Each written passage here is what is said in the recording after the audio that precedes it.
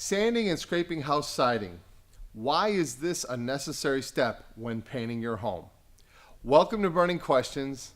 I'm Mark, and that is your burning question for today. It's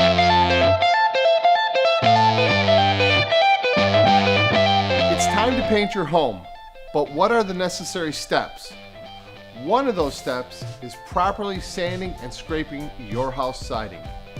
Of course, before you would sand and scrape the house, you need to pressure wash the surface. After cleaning the home, the next step is to remove the paint, any loose or flaking paint.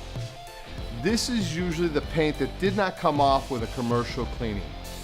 There also can be a challenge when working with a power washer.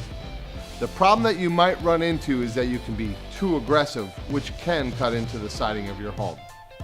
So make sure you clean the siding properly.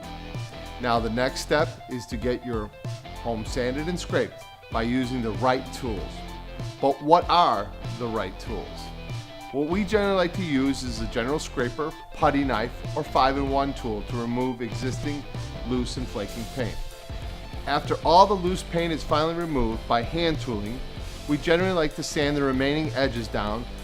You find especially with older homes that have kind of a thicker coating on the edges. So you want to feather sand those thick edges of paint down. You can do feather sanding by hand or with a palm sander.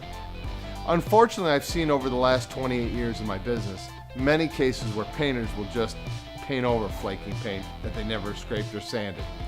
They're doing absolutely no good and a disservice to you. This is because it will eventually peel.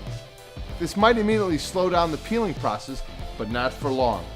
Follow this process up with a good quality primer and paint, and you should have a job that will last for many years.